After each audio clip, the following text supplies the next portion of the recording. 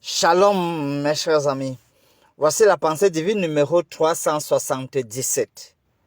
Éléments du leadership chrétien. 2 Rois, le chapitre 24. Ce chapitre, globalement, relate une des périodes sombres de l'histoire d'Israël, marquée par la prise de Jérusalem par le roi babylonien Nebuchadnezzar. C'est triste de devoir être pris en captivité, de devoir devenir esclave captif. Ce chapitre met en avant plusieurs éléments importants concernant le leadership, tant pour les dirigeants en général que pour les chrétiens en particulier. D'où notre préoccupation, élément de leadership chrétien. Tout d'abord, ce chapitre met en évidence l'importance d'un leadership juste et responsable. C'est ça qu'on attend des leaders chrétiens. Le roi Joachim, qui était le dirigeant d'Israël à l'époque, est décrit comme ayant fait le mal aux yeux du Seigneur. Il ne marchait pas dans les voies de Dieu et encourageait le peuple à faire de même. Cela montre comment un leadership corrompu et injuste peut entraîner des conséquences néfastes pour un pays, pour une communauté, pour une église.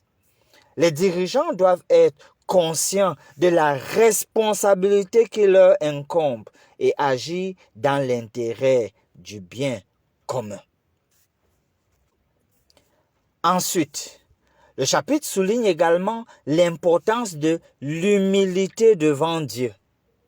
Malgré la grandeur et la puissance de Nebuchadnezzar, il est clairement établi que Dieu a permis cette invasion pour punir Israël de ses péchés. Cela montre que même les dirigeants les plus puissants sont soumis à la volonté de Dieu et qu'ils doivent reconnaître leur dépendance vis-à-vis de lui. C'est le Dieu tout-puissant.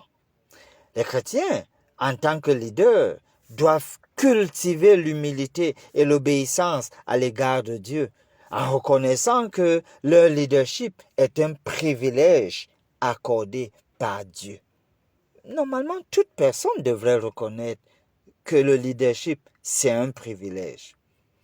Enfin, le chapitre met également en évidence l'importance de la repentance et de la restauration. Malgré la punition infligée à Israël, Dieu laisse entendre qu'il y aura une possibilité de restauration future, à condition que le peuple se tourne vers lui et abandonne ses mauvais chemins.